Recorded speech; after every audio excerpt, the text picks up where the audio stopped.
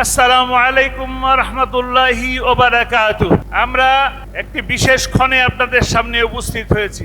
আজকের এই 14ই আগস্টের এরকম দিনে এরকম সময়ে আপনারা শাহবাগে পিজি হাসপাতালের সামনে আর্তনাদ করতেছিলেন একটাবার আল্লামা সাঈদীকে দেখার জন্য। আর আমি অভাগা দুর্ভাগা যে আমি প্লেনের মধ্যে ছটফট করতেছিলাম, কখন আমি বাংলাদেশের মাটিতে নামবো আর কখন আমার বাবাকে একটা নজর দেখতে পাবো। আমি যখন ঢাকা এয়ারপোর্টে নামলাম, এই জালিম সরকার তার বাহিনী দ্বারা আমাকে একটা ঘন্টা এই এয়ারপোর্টের মধ্যে অহেতুক অকারণে আটক করে রাখা হয়েছিল।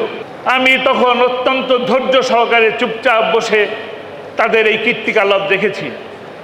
এইখানে পাসপোর্ট নিয়ে যায়, ওইখানে পাসপোর্ট নিয়ে যায়, এই ফটোকপি করে, এই স্ক্যান করে, এই ছবি করে, এই করে করে আমার একটা ঘন্টা নষ্ট করে দিল। আমি শেষমেশ সেই এয়ারপোর্টে লাগেজ ফেলে ওইখান থেকেই গাড়িতে করে পিরোজপুরের দিকে রওনা হয়ে গেছে। দীর্ঘ পথ পাড়ি দিয়েছি, জানাজার উদ্দেশ্যে রওনা হয়েছি। আপনারা ঢাকাবাসীরা যেমন তার জানাজা পান নাই, আমাকেও তেমনিভাবে জানাজায় উপস্থিত হতে দেওয়া হয় নাই। এমনটাই জালিম এরা ফিরাউন নমরুদের থেকেও নিষ্কৃষ্ট। এরা হত্যাকারী, এরা খুনি। এই বাইতুল মোকাররম থেকে শুরু করে ঢাকা শহরের অনেক রাজপথ অসংখ্য মানুষের রক্তে রঞ্জিত করেছে। আলেম ওলামাদেরকে হত্যা করেছে 5ই মেতে। আপনারা কি ভুলে গেছেন? 28শে অক্টোবর এই বাইতুল মোকাররমে হত্যা করেছে মাসুম বাচ্চাদেরকে। ভুলে গেছেন? আর এই বৈষম্য বিরোধী ছাত্র আন্দোলনে অসংখ্য অসংখ্য ছেলেকে হত্যা করেছে।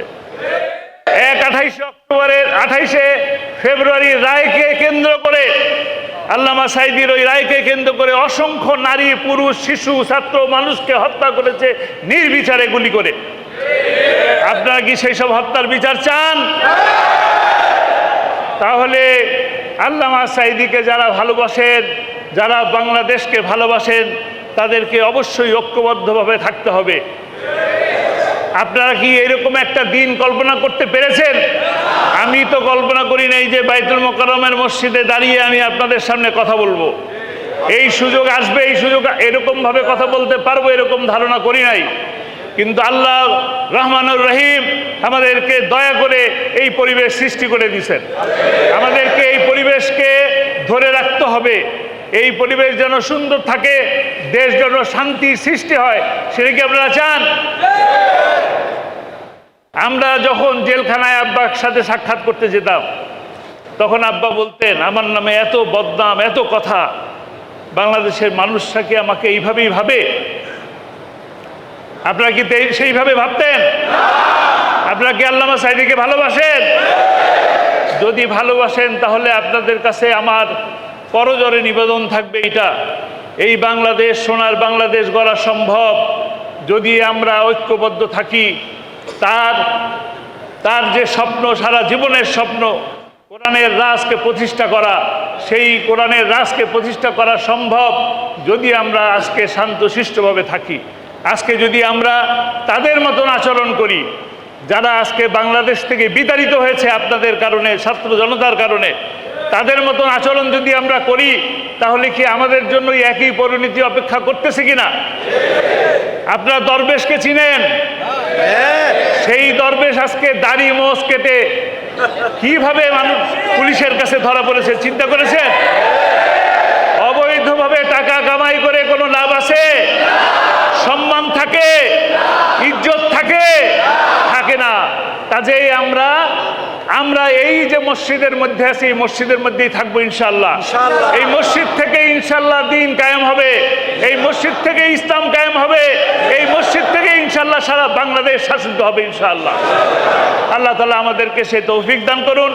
যারা এ পর্যন্ত বাংলাদেশের জন্য, এই দেশের মাটির জন্য, শান্তির জন্য, শৃঙ্খলার জন্য জীবন দিয়েছেন, তাদের সকলকে আল্লাহ তাআলা জান্নাত দান করুন, শাহাদাতের মর্যাদা দান করুন।